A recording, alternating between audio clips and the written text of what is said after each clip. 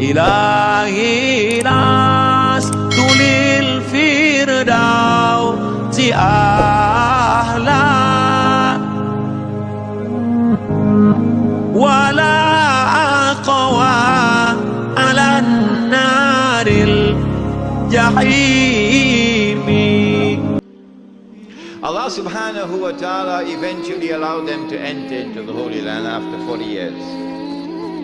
And Dawood alayhi salam establishes the state of Israel, the first Islamic state, and establishes Jerusalem as the capital of the first Islamic state.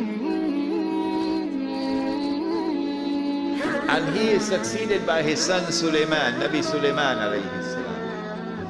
And he builds the masjid in the capital city of the Islamic state. And when you read the story in the Quran of Sulaiman alayhi salam and the Queen of Sheba, read between the lines, and you'll see in that story the recognition of the state of Israel as the ruling state in the world. And the definition of a ruling state is that it can impose its will on any rival. And so this is the golden age of Banu Israel, the time of Nabi Dawood alayhi salam and Nabi Sulaiman alayhi salam. But after the death of Sulaiman alayhi salam, Allah subhanahu wa ta'ala had prohibited riba in the Torah. They changed the Torah. They rewrote it. The Torah now says, you can find it, go look in it, you'll find it, still there. It is haram for a Jew to lend money on interest to another Jew. Rabbi, can you tell me why? Answer, don't rip off your own brother. That's why. It is haram for a Jew to lend money on interest to another Jew. But it is halal, he can lend money on interest to those who are not Jews.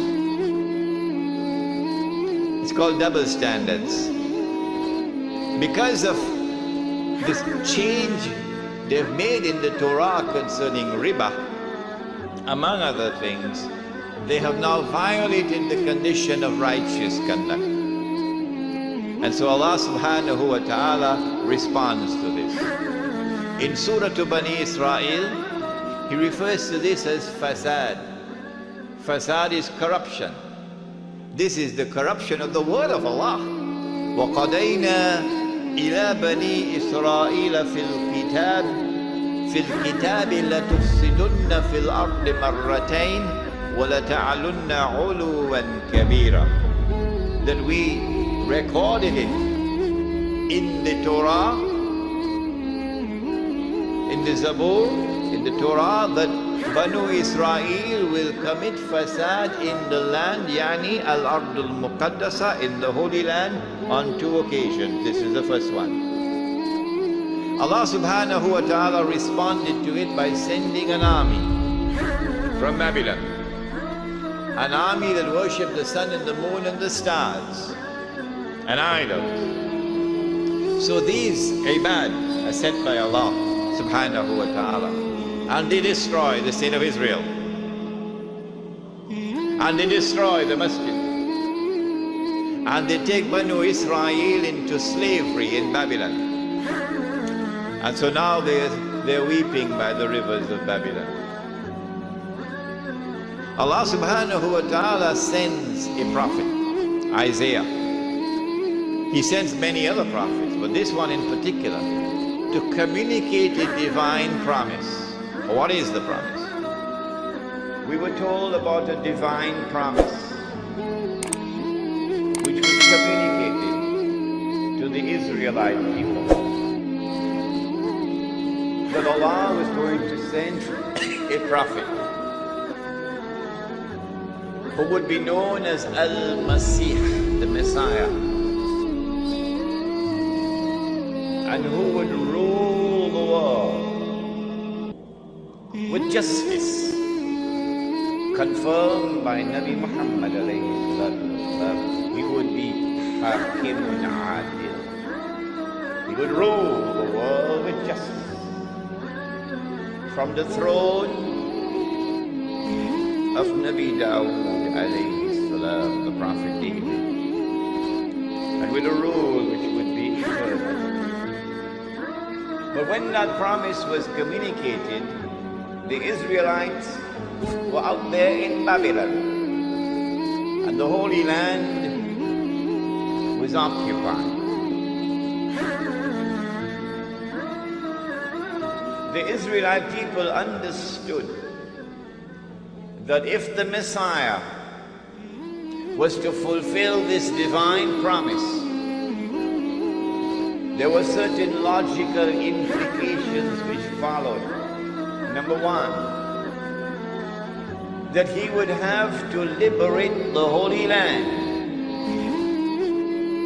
Number two, that he would have to bring the believers back to the Holy Land to reclaim it as their own. Number three,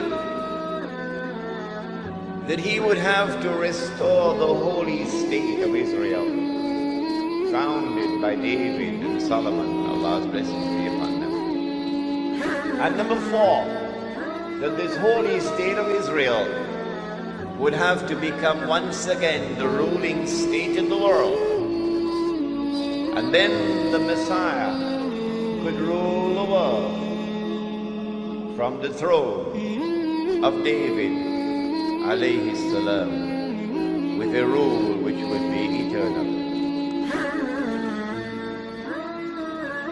After almost 100 years in Babylon, suddenly things began to happen, and the Holy Land was liberated.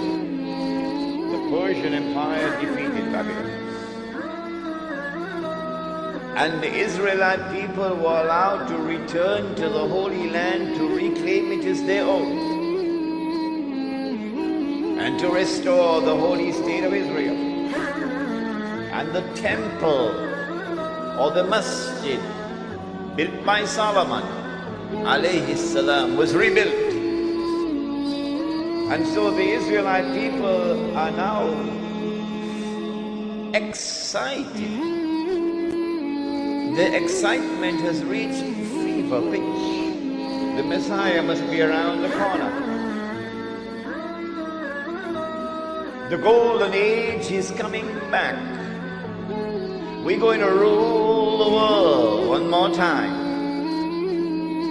And sure enough, the Messiah came.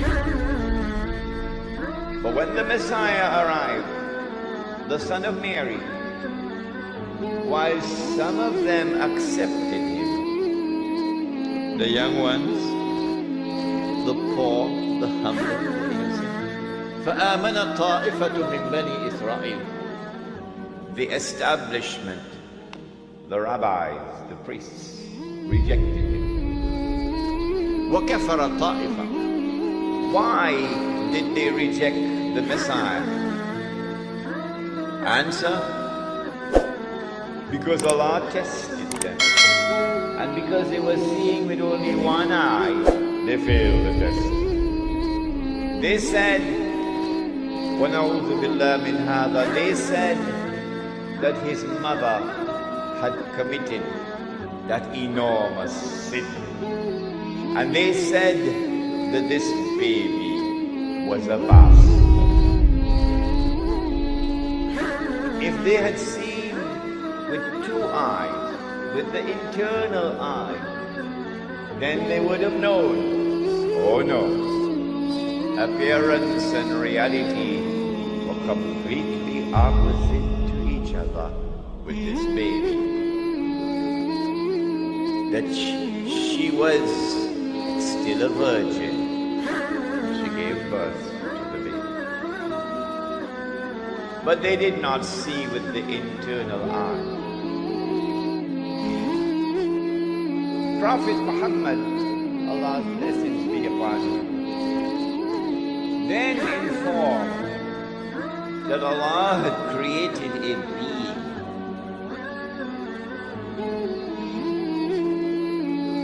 And Allah had committed to that the mission of impersonating the Messiah, pretending that he is the Messiah. So he is the great pretender. And then he is known as Dajjal, Al-Masih Dajjal, Dajjal, the false Messiah or the Antichrist. Dajjal means one who deceives. And so the Antichrist has a PhD in deception. In everything connected with the Antichrist, appearance and reality are opposite. If the Antichrist is to successfully impersonate the true Messiah, it follows that he also must attempt to rule the world from Jerusalem with what would appear to be eternal rule. Only then can he declare, I am the Messiah. If he is to do that and convince the Jews that he is indeed the Messiah, then it follows logically. Number one, he would have to liberate the Holy Land for the Jews. Number two, he would have to bring them back to the Holy Land to reclaim it as their own. Number three, he would have to restore a state of Israel in the Holy Land and get them to believe that this is the Holy Israel of David and of Solomon. Of course it would not be. It would be an impostor. Then they would be convinced.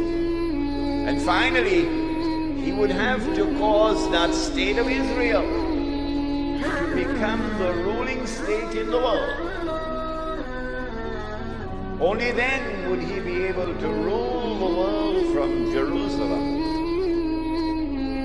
Then he can get up and say, I am the Messiah. And they would believe that he is indeed the Messiah. And then he could rub his hands and